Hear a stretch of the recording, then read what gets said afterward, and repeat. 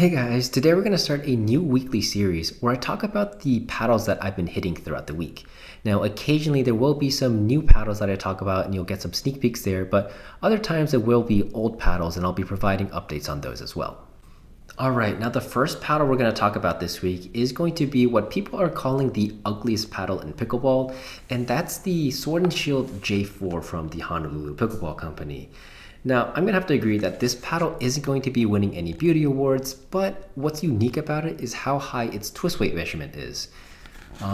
So far, the highest measurement I had tested was the ISO Ryu at 7.80, and the J4 smashes that by being at 8.30. I will say that yes, this paddle is very stable, and yes, it is very forgiving, but what I think you notice more is how short the reach is and how low the power is on this shape. So I think that high of a twist weight comes with some diminishing returns.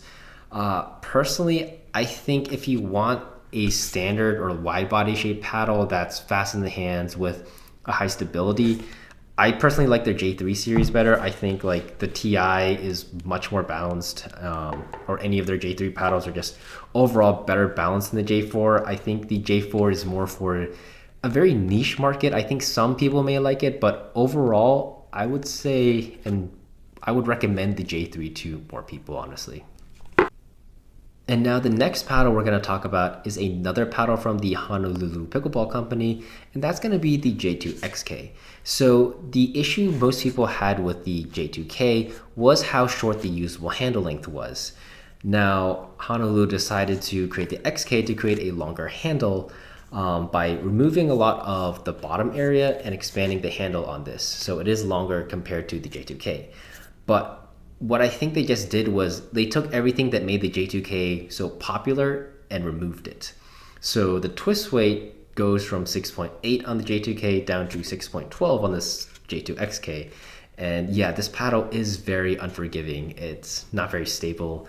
I think they just removed the bottom part, but they didn't really redistribute any weight anywhere else. And it just makes the paddle very unforgiving to play with. The one change other than having like a longer handle is the balance point does get shifted more to the top. And what's nice about that is if you like to use aggressive wrist shots, you can whip the paddle a lot faster. But there are other paddles that can also do that with higher twist weight and stability measurements. One is going to be the Neonic Flow series. That's also another hybrid that has a bit of a lower twist weight compared to many of the other hybrid shapes out there. But I think the weight's distributed better there. I think the average twist weight on that's maybe like 6.5, and it's noticeably more forgiving compared to the XK. And then in terms of like long handle hybrids, there's already like the Mark 1X and then the Vatic Flash Saga long handle, and I think those are just better options than the XK.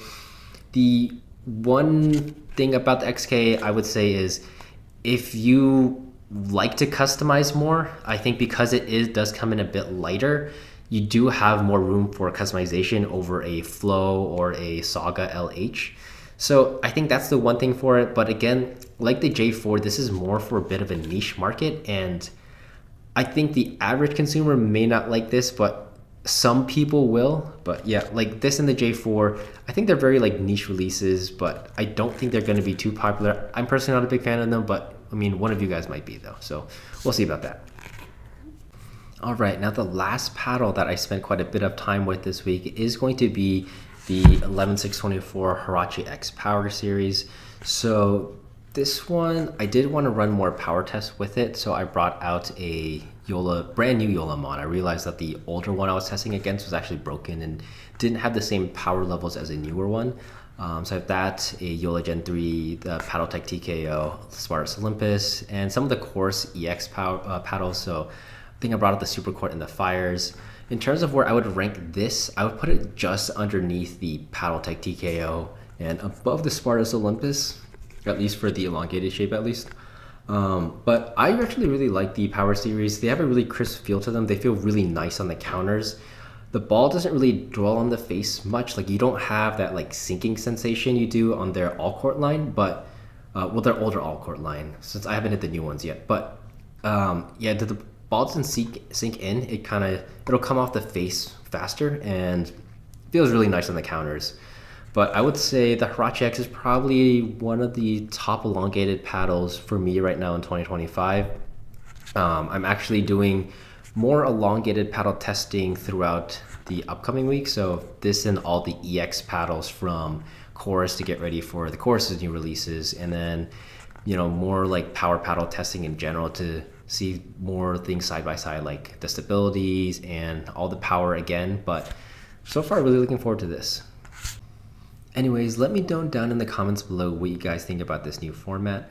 I'm hoping it's a good way for you guys to have an update on what I've been up to, and a good way for me to give you a sneak peeks on any new releases or updates on older paddles that I've been hitting again. Also, there are just some paddles that I don't have the time or bandwidth to provide a full review on, and this will give me a chance to give them a quick shout out and talk about them a little bit in a more like casual, informal manner. Now, if you've made it to the end of this video, sometimes some of you know that I like to have hidden giveaways, and this time is not going to be for a brand new paddle. It's actually going to be for my review copy of the Sword and Shield C2. I recently did a review on this. If you haven't seen it yet, you can check it out on my channel. But let's see, for this one, write down in the comments below what you think what your favorite beginner paddle is right now in 2025, and fill out the Google form, and 1 week from today when I shoot the next episode, I'll pick one lucky winner to win this C2 paddle. All right, that's it. Thanks guys.